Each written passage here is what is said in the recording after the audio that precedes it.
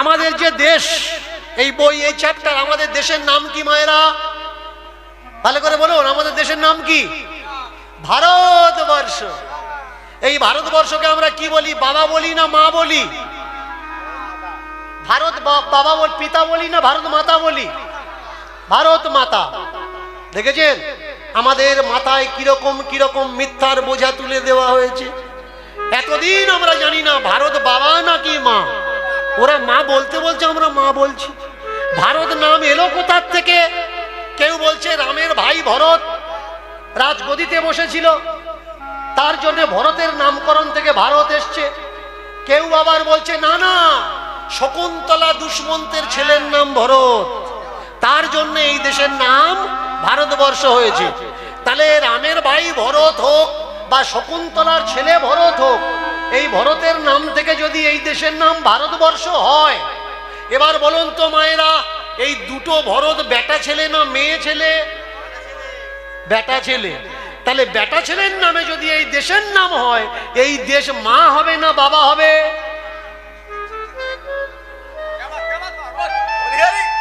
প্রশ্ন আপনারা করবেন, জিজ্ঞাসা আপনারা করবেন। আমাকে অনেকে বলে ওর কীর্তন শুনতে যেও না, কারণ ভালো করে জানে ওর আটলে যদি একবার ঢুকেছে, ওখান থেকে ওদের বের করা খুব শক্ত ব্যাপার। স্বর্গে আমি কাউকে পাঠাতে পারবো না, তবে যারা দূর দূর থেকে এসছেন আমাকে ভালোবাসুন বা আমার উপরে রাগ করুন, আমার কীর্তন 3 ঘন্টা মন দিয়ে শুনবেন, আর যেটা প্রয়োজন ওটা নেবেন। জানি না স্বর্গে যেতে পারবেন কিনা, তবে আপনার পরিবারকে আপনি স্বর্গ বানিয়ে নিতে পারবেন। প্রেম সে নিতাই গৌর হরি হরি বল। আপনাদের এই সাইটে আছে কিনা জানি না, অনেক অনেক সাইটে আছে, মানুষ আমাকে নিন্দা করে, নিন্দা করে। ও কিচ্ছু জানে? কিচ্ছু জানে না। কই আমার সামনে বসাও না, 2 মিনিট টিকবে না, 2 মিনিট। বিগত 4 বছর ধরে শ্রাবণ মাসে আমি চেল্লাই যে আমার সঙ্গে এসো, পুরো ওয়ার্ল্ডে কত বড় পণ্ডিত আছো, আমার সঙ্গে বসো আর আমাকে পরাস্ত করে দেখাও। আমি জীবনে কীর্তন করব না, কীর্তন ছেড়ে দেব। আমার সামনে বসার কারোর ক্ষমতা হয় না, কিন্তু আমি যেখানে থাকি না সেই আসরে গিয়ে আমার নামে নিন্দা করার পটুতা প্রচন্ড পরিমাণে চালায়। আমি বলি আমার সঙ্গে কীর্তন করো, আমি কীর্তন করব, যেটা ভুল হবে আমার পরে তুমি সংশোধন করবে। এরা বলে উনি থাকলে আমরা যাব না। ভালো করে জানে এত বছরের ময়লা কেচে সাফ করে দেবে গেলে, ওর জন্য ও ওর মতো করুক, আমরা আমাদের মতো করব। এই দেখুন না, এইবার মন দিয়ে শুনবেন। স্বামী বিবেকানন্দ, আওয়াজ আসছে কিন্তু, স্বামী বিবেকানন্দ যে ধর্মের প্রচার করতে গিয়েছিলেন, অনেকের ধারণা তিনি হিন্দু ধর্ম প্রচার করতে গেছিলেন। হায় হায় হায় হায় রে, হিন্দু ধর্ম বলে ওই সময় কোনো ধর্মই ছিল না। তাহলে তিনি কোন ধর্ম প্রচার করতে গেলেন? ওই সময়ের যদি প্রেক্ষাপট, ডকুমেন্টস, এভিডেন্স যদি বের করা হয়, তাহলে কি দেখা যাবে? চিকাগোতে যে ধর্ম সম্মেলন হয়েছিল, সেই ধর্মের লিস্ট বের করা লাগবে যে কোন কোন ধর্মের সম্মেলন এখানে হয়েছে। এবার আপনি যখন চিকাগোর ওয়েবসাইট থেকে সেই ধর্মর লিস্ট বের করবেন, তো আপনি স্পষ্ট সেখানে পাবেন জৈনিজম মানে জ্ঞান ধর্ম, খ্রিস্টানিজম খ্রিস্টান ধর্ম, ঈসাই পারসি, আর কি বৌদ্ধ, আর একটা অন্তিম ধর্ম সেটা হচ্ছে ব্রাহ্মণিজম, ব্রাহ্মণ্য ধর্ম। তাহলে ভারতবর্ষ থেকে কোনো ব্রাহ্মণরা বিবেকানন্দকে চিকাগোতে পাঠায়নি, কারণ তিনি নির্জাত। নির্জাত গিয়ে ব্রাহ্মণিজম প্রচার করবে, এ তো হয় না। আর ব্রাহ্মণরা আমেরিকায় যায়নি। কেন যায়নি? ব্রাহ্মণিজমের ধর্মগ্রন্থে লেখা আছে, সাগর পেরিয়ে গেলে সাগরের ওপারে ম্লেচ্ছদের বসবাস। সাগরের ওপারে গেলে তাকে ব্রাহ্মণ বলে আর স্বীকার করা যাবে না। এর জন্য মহাত্মা গান্ধী যে বিদেশ থেকে পড়াশোনা করে এসেছিলেন, জজ সাহেব মহাত্মা গান্ধী, সেই মহাত্মা গান্ধীকেও ব্রাহ্মণরা মেনে নেয়নি। কেন? সাগর পার হয়েছিলেন তাই।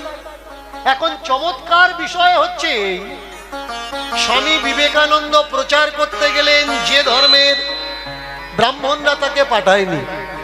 তাহলে তাকে কে পাঠিয়েছিল? ওই সময়ের ডকুমেন্টস, এভিডেন্স বের করুন। শ্রীলঙ্কার বৌদ্ধিস্টরা, মংরা পাঠিয়েছে চিকাগোতে স্বামী বিবেকানন্দকে জলজাহাজে। শ্রীলঙ্কার মঙ্গেরা পাঠিয়েছে, ভারতের কেউ সাহায্য করেনি। শুধু তাই নয়, ধর্ম সম্মেলনের পর তিনি যখন ফিরেছেন আমাদের ভারতবর্ষে, তাহলে তিনি যখন চিকাগো থেকে ফিরেছিলেন আমাদের দেশে, কেউ তাকে ওয়েলকাম স্বাগত করতে যায়নি।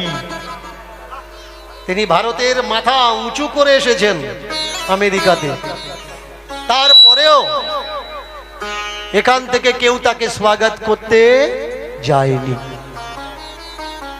এসব কথা তো কাদের বলার দরকার? কীর্তনীয়দের কীর্তনের আসরে বলার দরকার, ভাগবত পাঠকের ভাগবতের আসরে বলার দরকার, ধর্মগুরুদের ধর্ম সমালোচনার আসরে বলার দরকার।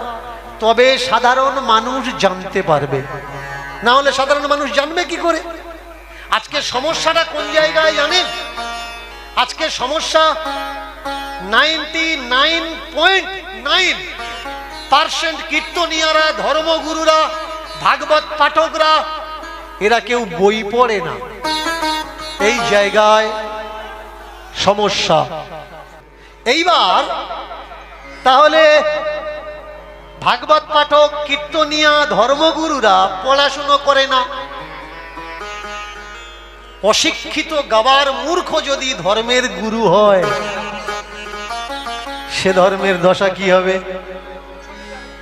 আজকে তাই ধর্মের দশা এমন, এরা শিষ্যের বাড়িতে গিয়ে শিষ্যের বউকে বের করতে এদের টাইম লাগে না, কিন্তু স্কুল আর লাইব্রেরি থেকে বই বের করতে এদের সারা জীবন লেগে যায়। এর জন্যে আজকের আমাদের দশা এমন। সঠিক গুরু আমরা পাইনি, আর যারা সঠিক গুরু তারা বলতে গেলে তাদের বাধা দেয় সমাজ, বলা যাবে না। তাহলে এখন প্রশ্ন জাগে, যে ধর্মকে আমরা হিন্দু ধর্ম বলছি তার অরিজিনাল নাম হচ্ছে ব্রাহ্মণিজম, ব্রাহ্মণ ধর্ম। কেন ব্রাহ্মণ ধর্ম? কারণ যে ধর্মের উপরে শুধু ব্রাহ্মণদের অধিকার, ব্রাহ্মণরাই মাথা, ব্রাহ্মণরা যা করবে ব্রাহ্মণরা করবে, আপনার কোনো অধিকার নেই। পুরো অধিকার কাদের? ব্রাহ্মণদের। তাহলে আপনার ধর্ম কোনটা? আপনার ধর্ম আমার ধর্ম আমরা জানি না। আমাদের ধর্ম বেরিয়ে এলো কোন জায়গায়? যখন ইংরেজরা বলল ভারতের ইতিহাস লিখব, তথ্য দাও, এভিডেন্স দাও, ইতিহাস দাও। আমাদের দেশের পণ্ডিত যারা, তারা রামায়ণ মহাভারত তুলে নিয়ে দিয়ে বলছে এটা আমাদের ভারতের ইতিহাস। ইংরেজরা বলে উঠলো ইতিহাস মানে কি জানো? Do you know history? তুমি কি জানো ইতিহাস কাকে বলে?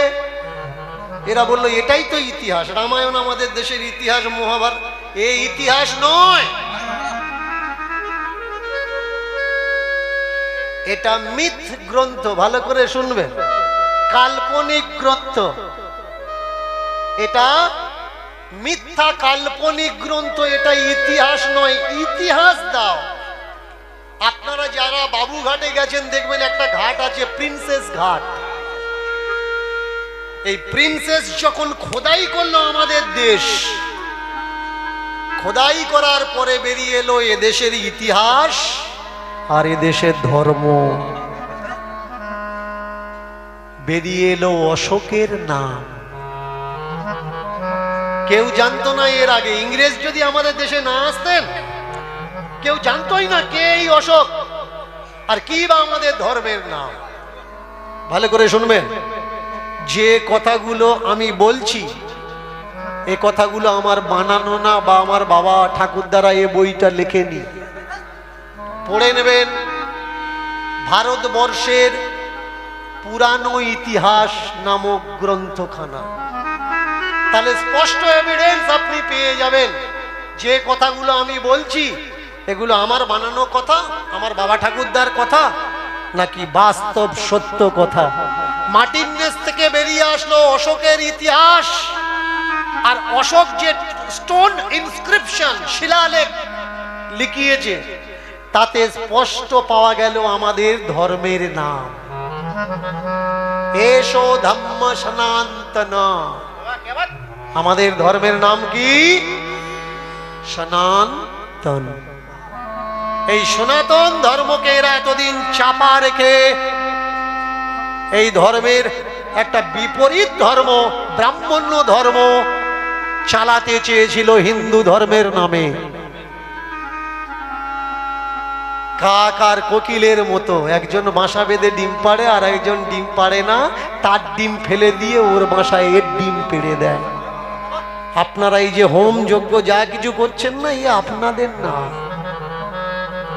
রাগ হতে পারে, তাই না? এতদিন করে আসছি, তাহলে এ আমাদের না। পড়ে নেবেন মনুস্মৃতি, পড়ে নেবেন গৌতম সূত্র, পড়ে নেবেন নীতি সূত্র, পড়ে নেবেন ব্রহ্মসূত্র, শঙ্করাচার্যের ভাষ্য। তাহলে বুঝতে পারবেন আপনার ধর্ম তো দূরের কথা, ঠাকুর ঘরে ওঠা তো দূরের কথা, ঠাকুর ঘরের চূড়ার দিকে আপনার তাকানোর ক্ষমতা নেই। এটা কে বলছে? এই সকল ধর্মগ্রন্থগুলো বলছে। তাহলে আপনার ধর্ম কোনটা? আজকে যারা পাগল হচ্ছে হিন্দু রাষ্ট্র হবে, হিন্দু রাষ্ট্র হবে, হিন্দু রাষ্ট্র হবে, বলুন তো হিন্দু রাষ্ট্র হলে আপনার স্থান কোথায় হবে? কখনো ভেবেছেন? আপনি কি হিন্দু?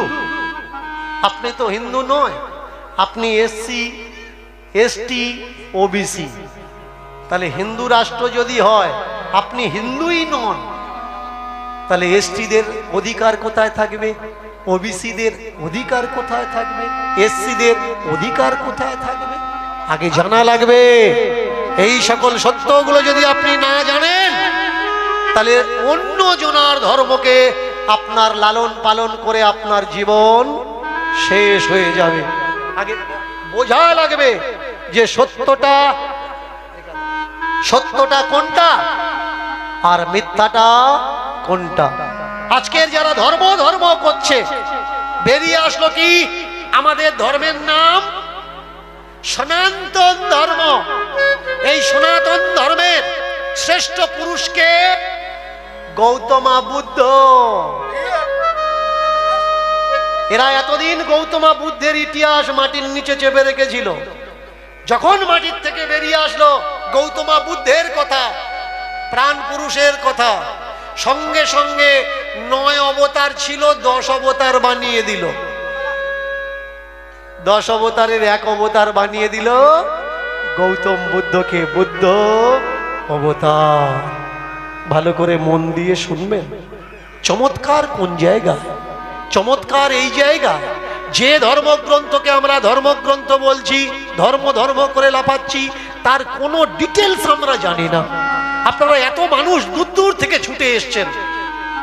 অনেকে এসছে আমার উপরে রাগ করে, অনেকে এসছে আমার উপরে ভালোবেসে। এই এতগুলো ভিড় সবাই যে আমার ভালোবাসে তা নয়। অনেকে এসছে চল যাই, বেফাস কথা বললি ধরবি, তারপর আমরা আছি। সত্যি বলছি, সবাই যে ভালোবেসে এসছে তা নয়। এখন চমৎকার কোন জায়গায় বলুন তো? পিছলা যে মাস গেল, ওই মাসে যে বইটা পড়া হয়েছে, বইটার নাম কি? মহাভারত। আর এই 1 তারিখ থেকে যে বইটা পড়া হবে, এ বইটার নাম কি? রামায়ণ। তাই না? রামায়ণের শ্রেষ্ঠ কে? এক ডাকে সকলে বলবেন। কেন রাম? রামায়ণের নায়ক রাম নয়, রাম সাইট নায়ক। রাম সাইট নায়ক। তাহলে নায়ককে, নায়ককে জানতে গেলে আগে বইয়ের নাম জানতে হবে, তবে হিরোর নাম বেরোবে। রামায়ণের নায়ককে, যার নামে দেশের নামকরণ, তার নাম কি? ভরত। রামায়ণের নায়ককে ভরত। রাম সাইট নায়ক, কোনো কাজ নেই।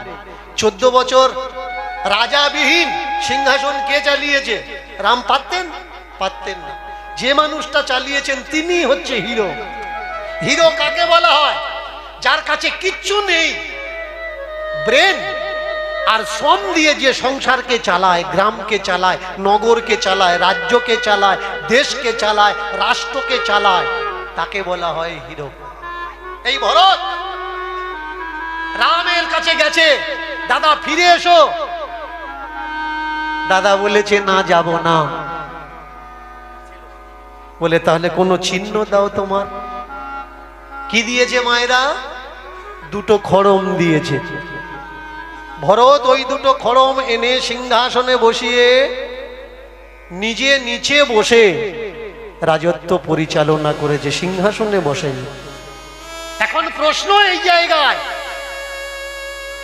এই খড়মের এমন কি গুণ আছে যেখানে ভগবানের বসার কথা, রামের বসার কথা, সেই রাম না বসে 14 বছর খড়ম 2খানা এখানে থাকলো? এখন প্রশ্ন করুন, এই খড়মটা তৈরি করেছে কে? আপনারা এত বছর কীর্তন শুনছেন, কীর্তনের আসরে ছুটে যাচ্ছেন, এত শাস্ত্র ধর্মগ্রন্থ পড়েন, এত জ্ঞান অর্জন করেন।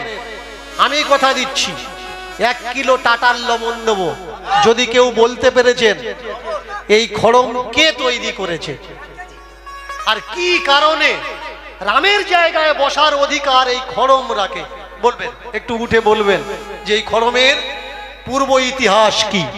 কথা দিলাম 1 কিলো টাটা লবণ দেবো। আমি টাকা দেবো বলি বলে অনেকে রাগ হয়, টাকার অহংকার দেখায়। 1 কিলো লবণ নিয়ে যাও, ফ্যামিলি শুদ্ধ খাবে, অসুবিধা নেই। মায়েরা, কারো জানা আছে? কেউ বলবেন নাকি? আজকের যে লীলাটা আমরা আস্বাদন করব, সেই লীলার নাম হলো মধ্যমা। আর এই লীলার মাধ্যমে জানবো এই খড়ম তৈরি করেছে কে, আর কিসের জন্য রামের সিংহাসনে, রামের বসার জায়গায় রাম না বসে 14 বছর খড়ম 2টো বসলো। মায়েরা, রাজা, রাজার যেমন রাজত্ব আছে, তেমনি রাজা হওয়ার গরিমাও আছে। এই রাজা হওয়ার গরিমাতে তারা কি করে? তাদের বীর্য, শৌর্য, গাথাকে আরো বৃদ্ধি করার জন্য মাঝে মধ্যে সেনা সামন্ত নিয়ে জঙ্গলে চলে যায়, মৃগয়া করে। ভালো করে শুনবে, বিগত কয়েক বছর আগে আমি তুলে ধরেছিলাম যে রাম শাকাহারী না মাংসাহারী।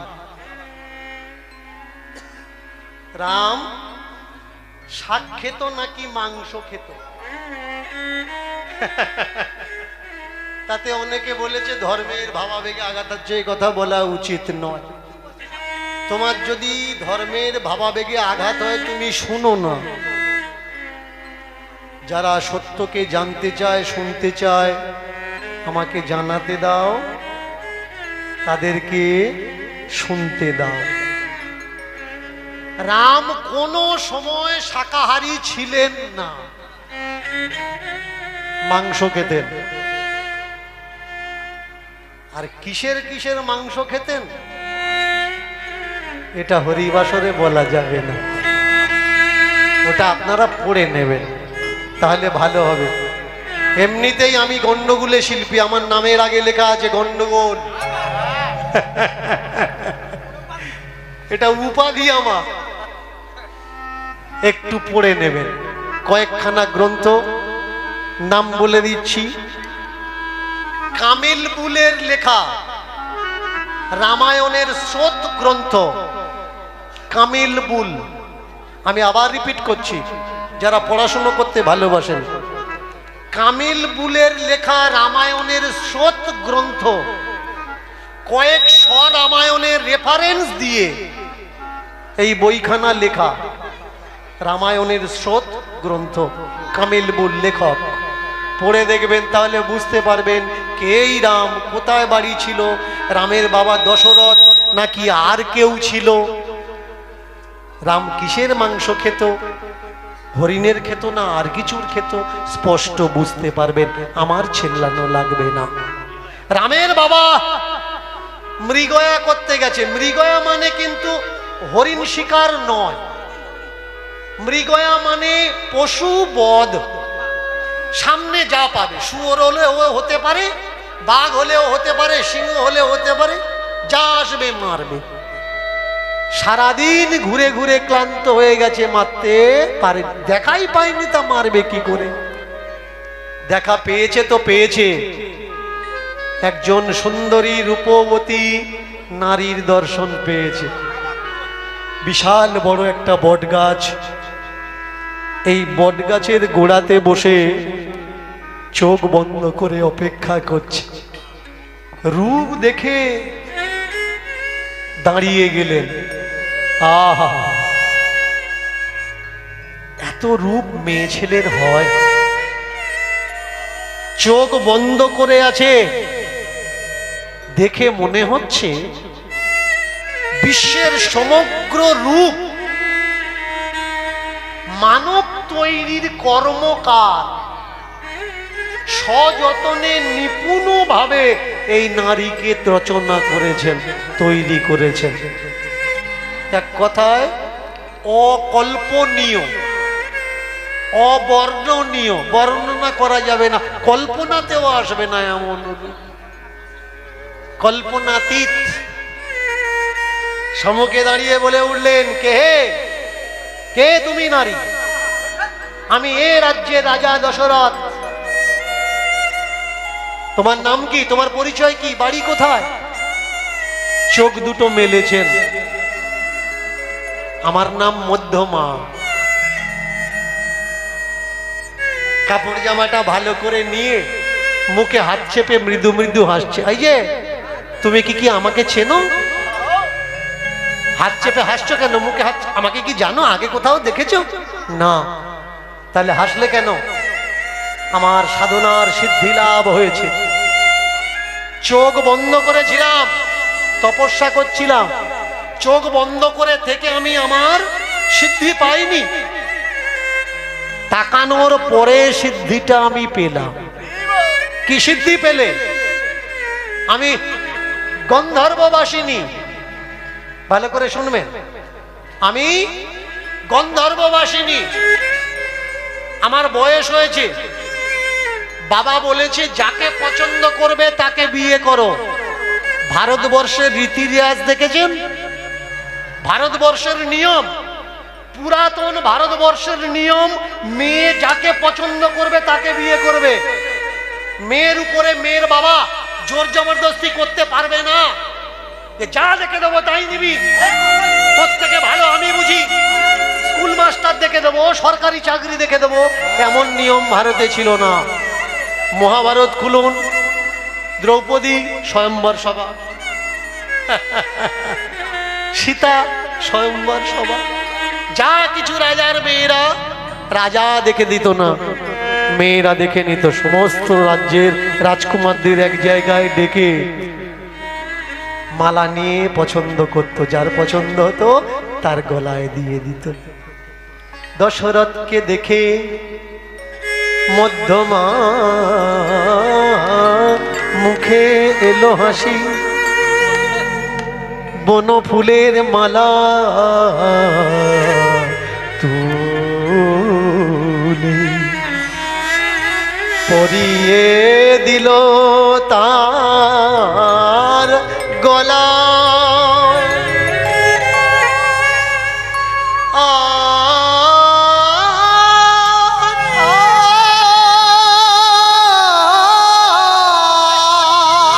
আজ হতে আমি তোমার, তুমি আমায় গ্রহণ করো প্রাণ গ্রহণ করো প্রাণ প্রাণ।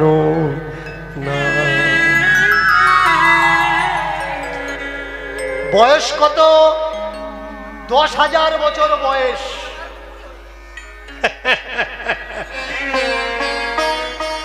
দশরথের বয়স কত? 10,000 বছর বয়স।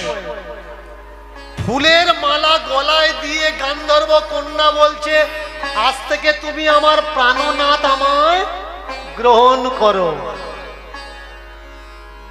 দশরথের বউ কতগুলো মা বলবেন যারা কীর্তন শোনেন? কটা বউ? 3টে। দশরথের প্রভাস রামায়ণে বলছে 10,000 স্ত্রী। 10,000। আদি মূল সতী রামায়ণে বলছে 760খানা স্ত্রী, একটা আধা স্ত্রী না। মূল রামায়ণ যাকে বাল্মীক বলা হয়, বাল্মীক রামায়ণ, এই রামায়ণে বলছে এই বউগুলো উপপত্নী। উপপত্নী মানে কি জানেন? জানেন না? মানে বউ থাকতে যদি অন্য কারোর সঙ্গে লাইন হয় সেটাকে গ্রামীণ ভাষায় কি বলে? ওটাই উপপত্নী। কত ক্ষমতা দেখেছো? 10,000 উপপত্নী। মাঝে মধ্যে আমি চিন্তা করি এরা কারা? প্রত্যেক বোর কাছে যদি একবার যায় 10,000 দিন লাগবে পুরো একবার রাউন্ড দিয়ে ফিরে আসতে। আর কোনো বউ যদি বাচ্চা দেয় তারপরে তার কাছে যেতে যেতে বাচ্চার বয়স হয়ে যাবে 10,000 বছর, 10,000 দিন হয়ে যাবে। চমৎকার দেখেছি। এ কাদের ধর্মগ্রন্থ?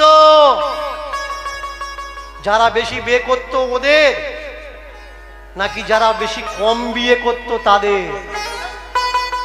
বলুন তো। আমাদের ধর্মে সব থেকে বেশি বিয়ে কারা করেছে? ব্রাহ্মণেরা।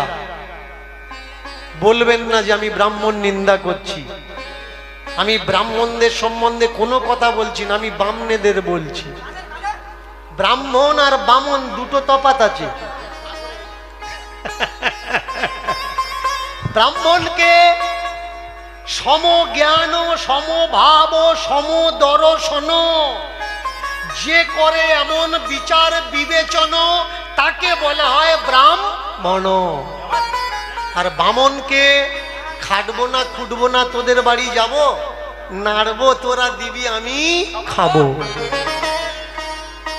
মোড়ের মাথায় গিয়ে চা খাবো, তেলে ভাজা খাবো, কিন্তু তোদের বাড়ি খাবো না, তোরা নির্জাত। চপটা যদি মুচি বানায় ওতে অসুবিধা নেই, চপ খাবে,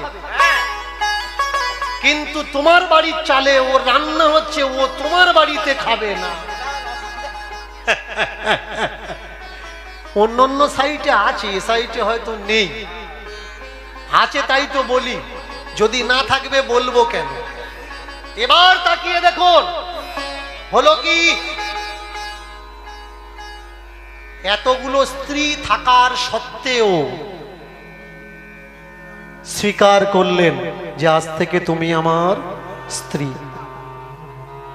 কিন্তু কথা দাও, মধ্যমা বলে উঠলেন, অযোধ্যার সিংহাসনে আমার ছেলে বসবে।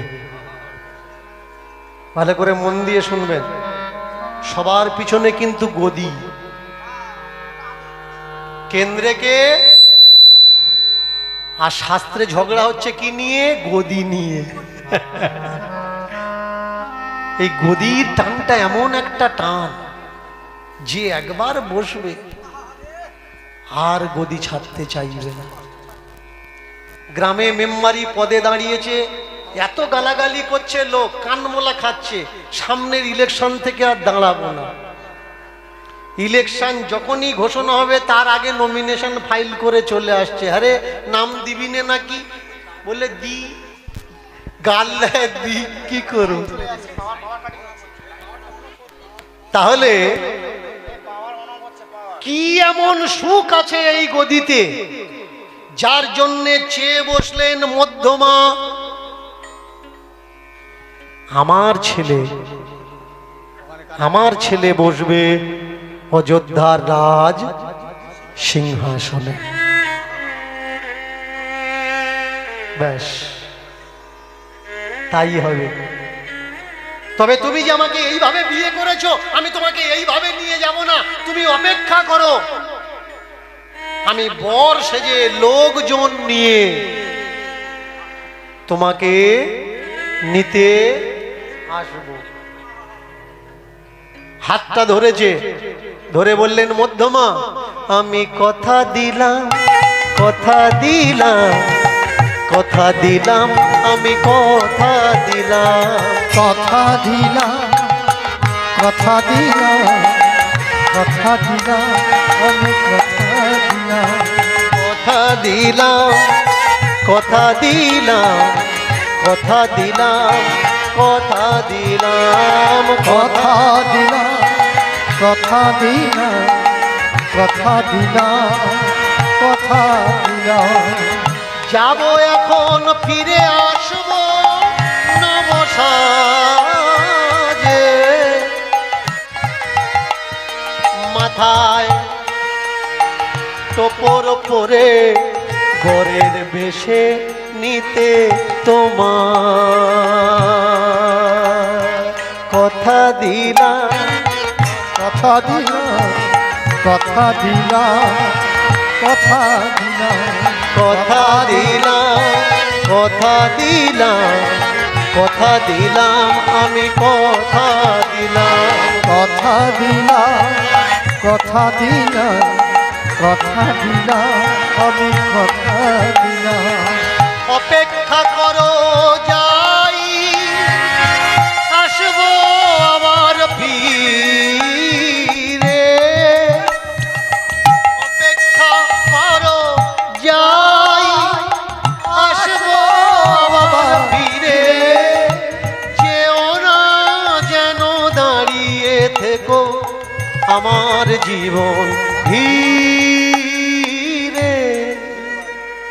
কথা দিলাম, কথা দিলাম, কথা দিলাম, কথা দিলাম, কথা দিলাম, কথা দিলাম, কথা দিলাম, কথা দিলাম। ও মধ্যমা, ও মধ্যমা, ও ধমা, ও আমার ভিডিও দেখার জন্য তোমাদের সবাইকে অনেক অনেক ভালোবাসা। এরকম ভিডিও যদি পেতে চাও তাহলে আমার চ্যানেলটাকে লাইক, কমেন্ট, শেয়ার, সাবস্ক্রাইব করে পাশে থাকবে। পাশে বেল বাটনে ক্লিক করে দেবে যাতে আমি ভিডিও ছাড়লে সবার আগে তোমাদের কাছে পৌঁছে যায়। সবাইকে অনেক অনেক ভালোবাসা। ও দেখতে থাকো। আমি প্রত্যেকদিন দিলাম আমি ভিডিও করতে একদিন বাদে বাদে। সবাই সাথে থাকো। সবাইকে আমার প্রাণ ভরা ভালোবাসা, এতদিন ধৈর্য সহকারে ভিডিও দেখার জন্য অনেক অনেক ভালোবাসা।